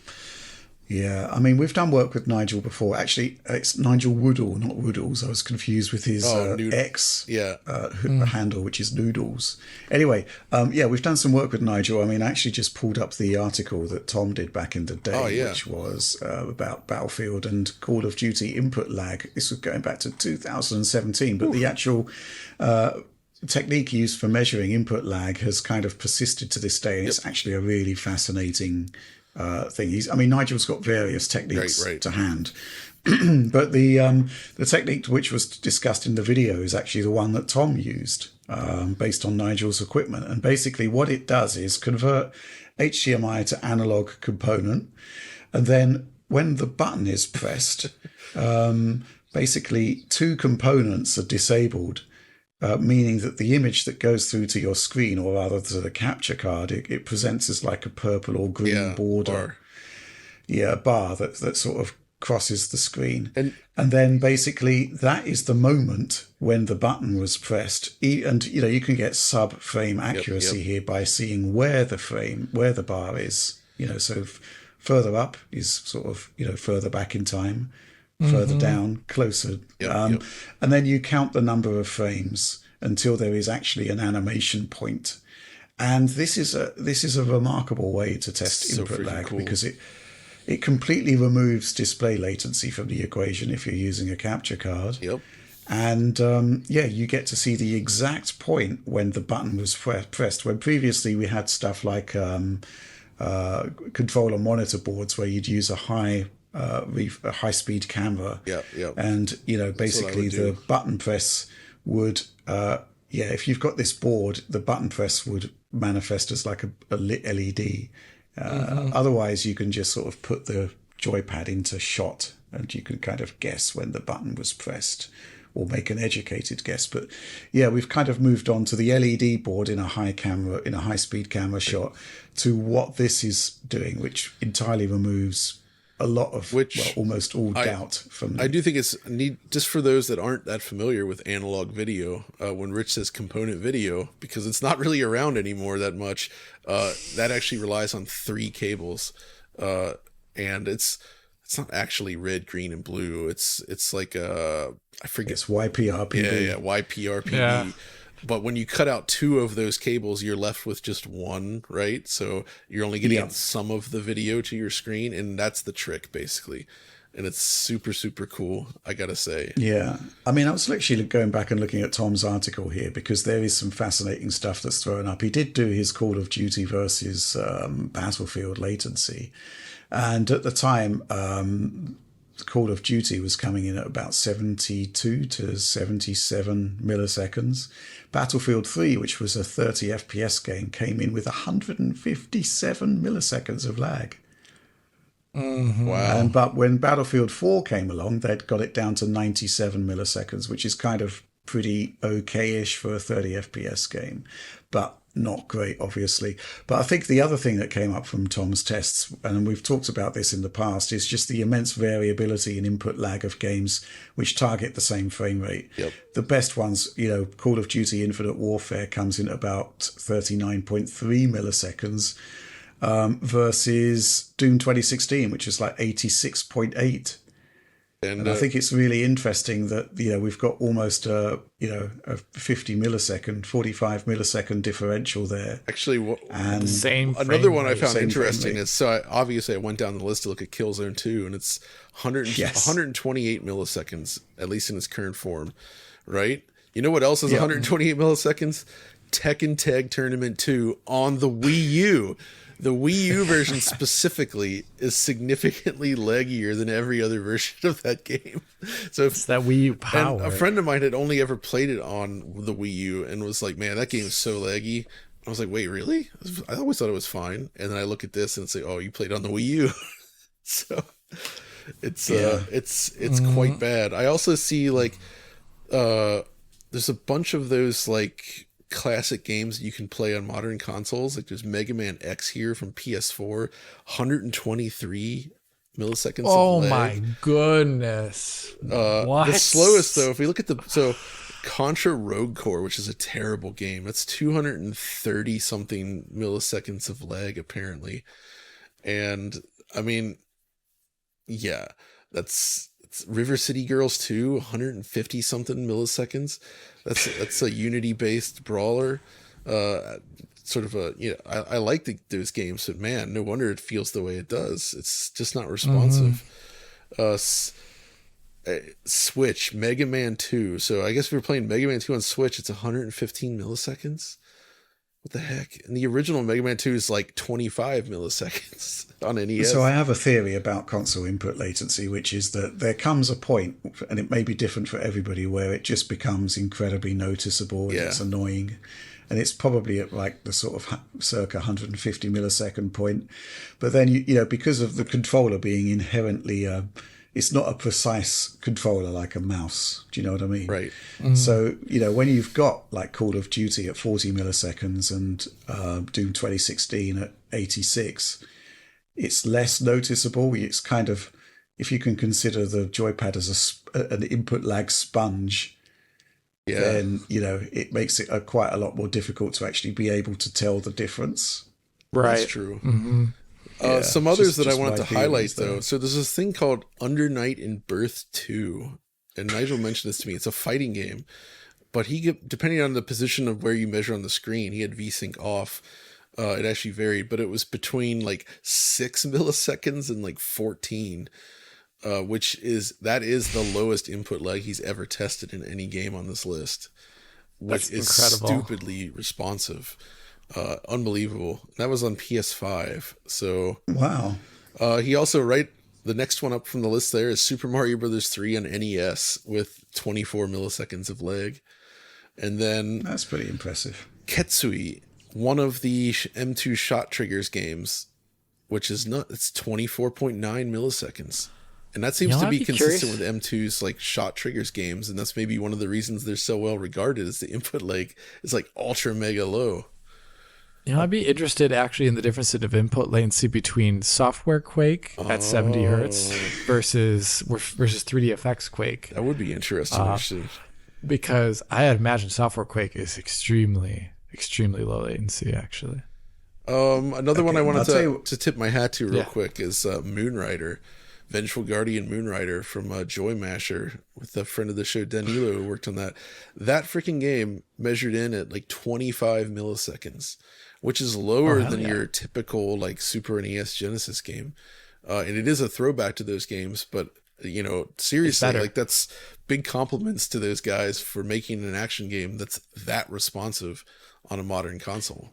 Is that a 60 hertz mode? It is 60 hertz. It's a 60 hertz game. That's kind of nutty because I would expect a minimum input lag of like 50 milliseconds because, you've got like, if you consider it as 3 chunks, 3 frames, right? Frame 1, the input happens. Frame 2, the rendering happens. Frame 3, the scan out happens. So to actually get lower than 50 milliseconds is actually pretty incredible. And the thing about this list that makes it extra awesome is that Nigel posts both links to Twitter posts that he's made as well as YouTube links to the videos showing the data. So this whole sheet is stupidly comprehensive in terms of showing all this lag data. And there's just a ton in here. So I just wanted to mention that because after talking with him in the Tekken video, I became very fascinated with all of his tests and just seeing how these games vary and where fighting games in general are landing these days. I'd love for him to test an Atari VCS where the games actually travel with the beam. Oh my god, the CRT. Yeah, especially if you measured up in like the corner, the left hand corner versus the lower right corner, it would be completely different, right? And I wonder if it's like 0, like almost 0 in the top left and then like 16 in the bottom right or something. That would be nutty. Absolutely Probably. Crazy. I do think input lag is going to be a key battleground as frame gen becomes basically a norm over the next however I would many say years. we're at a pretty good spot with most modern games. I think have pretty good input latency, and it's largely not an issue most of the time. I think the darkest days were during the PS360 era when everybody was shifting to very laggy HD TVs, and developers were playing with things like deferred rendering, which has the pretty significant cost in terms of input latency, especially at the time. And all these things coming together to coalesce into something where I think there was a period of like 5 years where games just felt bad. And I think that sucks. And I'm glad we're past that. Yeah, it's funny you should mention that, John, because the PS360 era was where input lag analysis, external input lag analysis actually came to the fore. That's right. Mick West of Neversoft, who is now a prolific UFO debunker. Nice. Basically, Activision bought him out. And now he just spends his days living off his wealth and debunking UFOs. Love it. Metabunk.org. Do check it out. It's a great site. But anyway, the point is, back in the 360 era, Mick West basically devised the high-speed camera solution. It wasn't so much a high speed, it was a 60 hertz camera at the time. But yeah, the concept of pointing a high-speed camera at a screen and being able to measure the time between button press and the action on the screen, that was all on Mick at the time. I think there was an article on the Game Develop site, which certainly got me interested in it, which led to the controller monitor board, where it kind of took the uncertainty out of input lag of when the button was pressed by having a little LED. That was Ben Heck's invention there. A lot of game developers actually bought those boards in order to sort of measure how responsive their games were. But yeah, the stuff that Nigel is doing, it's actually news. I mean, I've been talking about it to the likes of NVIDIA and whatnot. Take a look at Nigel's work because he's like preeminent at this point. But I'm thinking, John, that actually he should team up with Mike on the RetroTink side. Oh yeah. Because there is still this problem, I think, especially with VRR, where his technique stands to benefit from actual integration into a proper device. Right. That would be very, very cool. And I think something that could actually be done. Okay, we're now going to move on to supporter Q&A, which is the part of the show where, every week we ask our supporters on our Patreon to put forth their questions for consideration in every week of DF Direct Weekly. And obviously we get a huge amount of them. We choose the ones which we consider to be the best or the ones that we can actually answer. And we're going to kick off with this one from great hacker alias, this one, Big Man Upstairs. Big Man Upstairs is asking, Alex, I spotted your Twitter post about building a smallish PC. As someone who has been out of PC gaming for 15 years or so, beside my recent OLED Steam Deck purchase, what would you recommend spec-wise for someone to go for now if they wanted to have a solid gaming experience with AAA games for the next 12 to 18 months or so, without going all out on top-tier cards like a 4090? I'm enjoying the Steam Deck, but also conscious of its limitations, so I'd love to have a main gaming rig for those more demanding games. Thanks all. Hope you had a lovely January. Alex? Is this person saying also mini ITX they want?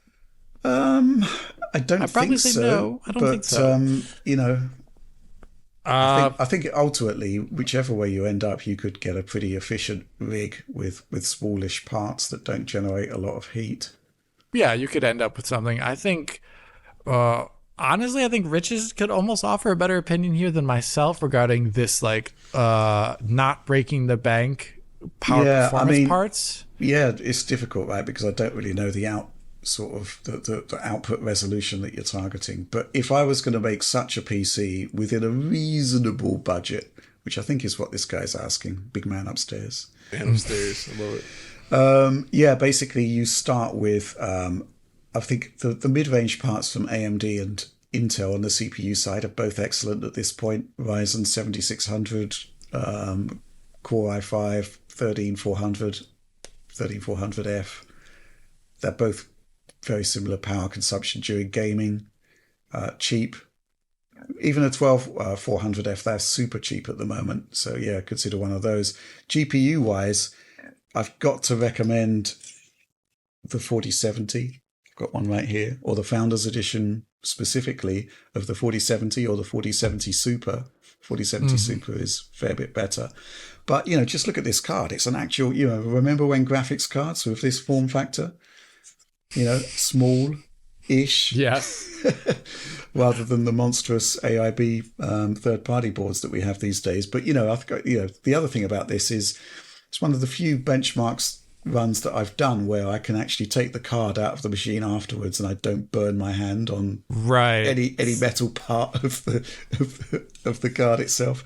4070 Super, I mean, they're not the sort of high-end performance parts, but they are basically good for 4K via DLSS, right? 1440p, brilliant. So that would be my GPU recommendation for that. And I'd probably go for 32 gigs of RAM at this point if you're talking about future-proofing.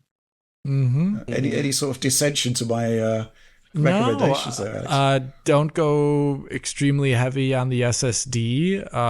Do only as much storage as you need at the speed you need. I do not still think that you need a PCIe 4 Gen drive. You're quite right.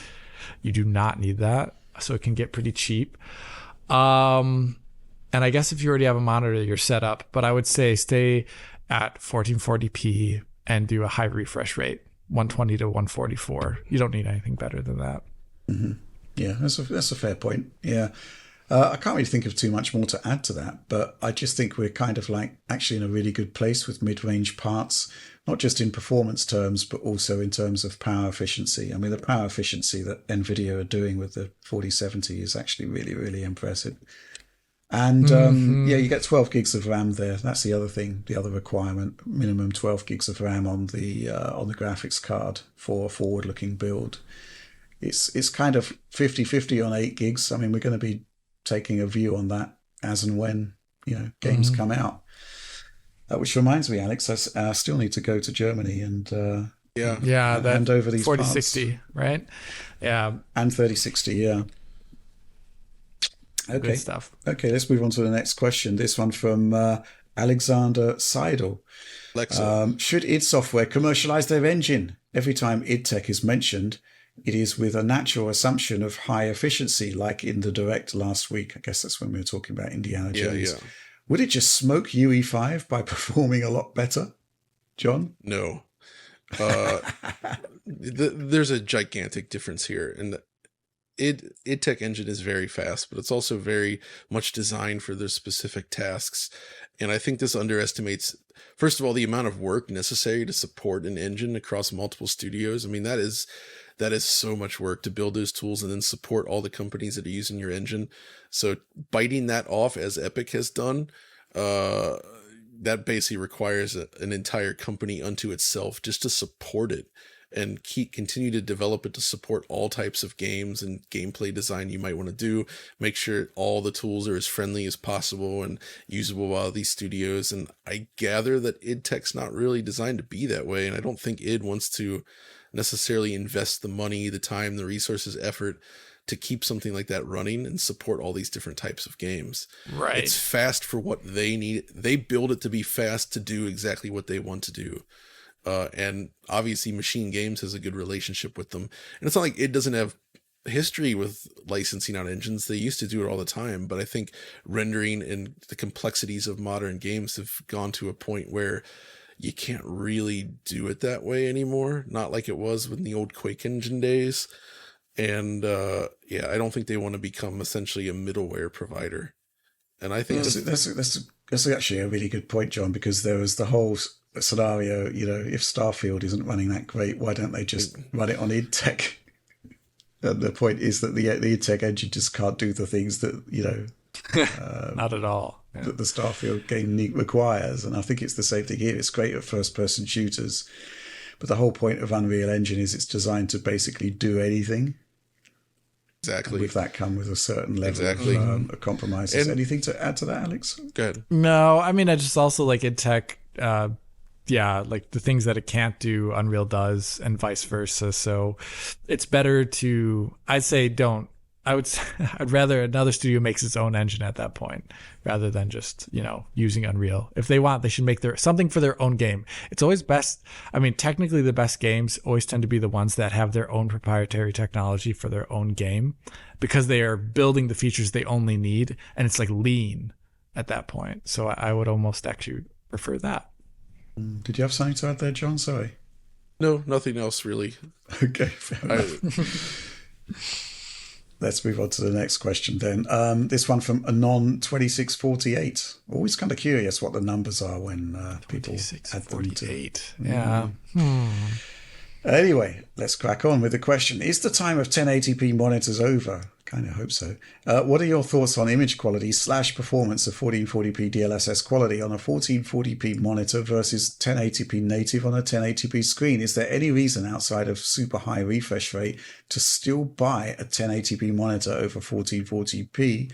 Or is upscaling to the point where even those with low to mid-range hardware would be better buying a higher resolution monitor? This is an interesting question, right? Because I think we're at the point now where 4060, 3060, those sort of class of cards, ARC, they do actually run pretty well on 1440p anyway on a lot of games. Thoughts on Alex? Yeah, with DLSS too, I think DLSS is the enabling factor for those cards because native 1440p in a modern game is actually kind of expensive. Yeah, UE5, that kind of stuff. Yeah, that kind of stuff is for sure. And yeah, UE5 definitely. I would also like to see the end of 1080p. It's not anywhere near gone. End of 1080p. Yeah. It's still the most popular resolution, apparently. I don't know how many of that is laptop screens, if you look at the Steam hardware survey. But yeah, or how many of those are, Steam installed on a gaming cafe in China. A gaming cafe in China where I would expect a 1080p screen. So it's a little bit hard to know representative of actual people who build and have their PCs in their home. It's really hard to get a sense of that. I think, and that's why it's hard to understand why the GTX 1650 is on the survey at all. So in that case, I would love to see it, but I still think it has its use. I still think if you're someone who is just a frame chaser, 1080p can suit your desires very well because you can push up things even with frame generation up to ridiculous 540 FPS kind of stuff with 1080p. It's more doable at 1080p than it is at 1440p for sure. I still think it has its use, but I would almost prefer it because I'm making a video on TAA right now, and I've just started it, and it's going to be a lot of fun. It's going to be talking about the good, why TA came into being, the bad, and it's going to have some nice comparisons. But I think a lot of the issues with TAA that end up occurring is due to low resolution density in PPI, pixels per inch in front of your face, and people with 1080p monitors that are sitting at the normal range versus someone with a 1440p monitor, they're seeing things on a completely different scale because the pixels are so much larger at that point. Mm-hmm. And I think it's hard. Part of the video is it going to talk about that like developers are trying to make like one size fits all solution? Well, that's what TA is, and it doesn't necessarily apply to people. They may be developing it for like console games, for example, where people are sitting far away, and not for 1080p users up close. So I would love 1080p to go away over time, just so that effects and technologies that don't work super well at lower pixel densities closer to the face can come to the fore more. And I think that includes things like ray tracing, etc. So, yeah. Okay, good stuff. Let's move on to our next question from Roach. Hi DF, with Steam Deck using Proton and Mac OS using Crossover to allow some native Windows games to be played on their systems, what do you think is stopping Xbox, PlayStation and Nintendo developing similar translation layers on consoles to play games from other platforms? Do you think it just comes down to legal issues that aren't a concern for PCs? Thanks for reading all the way to the end, if indeed you did. Well, I just demonstrated that I did. Well, this is a really interesting question. When I saw it on the Patreon, it was one I sort of filed it under things that make you go, And when you think of the quality of the work done by the Xbox compatibility team, just doing stuff like making PowerPC code work on an x86-based console, I just find the idea quite intriguing just on a sort of conceptual level because, I do think they could probably get PlayStation games running on an Xbox console. There would be a huge amount of engineering effort involved, possibly up there with what happened with Proton, which, is like many, many years of amazing work there to actually make Steam Deck viable. Because fundamentally the hardware is so similar, and that sort of solves a lot of the problems, especially for this generation. But I just don't see it happening just because of the legal side and because of the reverse engineering effort. It would be phenomenal. Right. I would love to see this, just because if you think about it, PS5 runs PS4 games, right? Yeah. Mm-hmm. Why can't Xbox run PS4 games? I would love it. It just will never happen.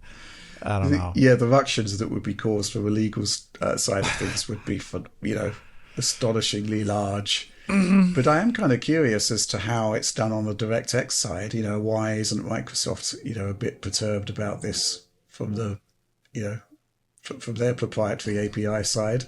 Right. Why doesn't it happen with Proton? I guess. I don't know. I guess because I think Microsoft is just so much more lax in regarding these things. I would actually love to see the reverse occurring, where you could put your Xbox Series X in a PC mode and it installs a very basic graphics driver and has the memory pool maybe being played out in a way that's more friendly to the game, and then it just pretends it's a PC for a bit. I would love that. There's no reason why that can't happen. Exactly. That's true. It could be locked off too. You could not touch anything with the Xbox Series X OS while doing that. It could do a lot of stuff to make it possible. Mm-hmm. I mean, we've literally got, that board in the background there is the Xbox Series X CPU running Windows. So there we go. Proof positive, as it were. Let's move on to the final question of the show. This one is from Techie Hippie. Hello, DF fam! I've noticed that John has been using the OLED panel behind him as a fireplace in the last few directs. What a courageous man! Is he not worried about burning? Yeah, I am. You see, the thing John. is that the TV is actually off right now. Oh no! The fire's burnt into it, and it's animated, no less. That burn-in pun was quite good. It was delicious. It was delicious. It was quite delightful. The irony being, of course, that the opposite is true. The fact that there's constant motion on the panel means they'll never be burning from that. Yeah, that's true. In reality, it's funny. Of course, if you're listening to the audio version of this podcast, you've probably not seen the fireplace behind me. That's okay. Just imagine a nice warm crackling fire with depth of field blur on it. That's real depth of field blur generated by the camera lens. I say generated, that doesn't even make sense, but the camera lens produces this captured effect. Because these days when you get on the camera with someone, you never know, is this like AI generated, or is this like a software solution to create fake depth of field? And you always see issues with like hair and thin objects. But we're all rolling with real camera lenses. Okay, good stuff. Well, that was the final question, and therefore it is the end of the show. Please do like, subscribe, share if you enjoyed it. Ring the bell for notionally instant notifications or something or other. What's up with random gaming in HD, Rich? I've had nothing recently. Oh, I'll level with you. Weird. Notification front. I think I might actually have to try a proper push for getting proper notifications on that. I wonder if he's got a Radeon 7. Ooh, probably. That'll solve a lot of nightmares at the moment. Anyway, yes, DF supporter program. Join us, participate in the show, get early access to the show and a bunch of other content. Join our amazing community. And yes, the merch side of things, store.digitalfoundry.net. The bespoke shirt might actually be going into production. So we'll keep you posted on that. But that's all from us for this week. Thanks for watching, supporting Digital Foundry, and we'll see you next week.